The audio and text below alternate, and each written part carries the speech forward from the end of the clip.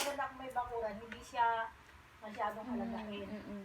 Ay, lahat ng mga figurin ni Lotte nagkanda basag-basag na. Dahil dyan sa inaakit kasi niya.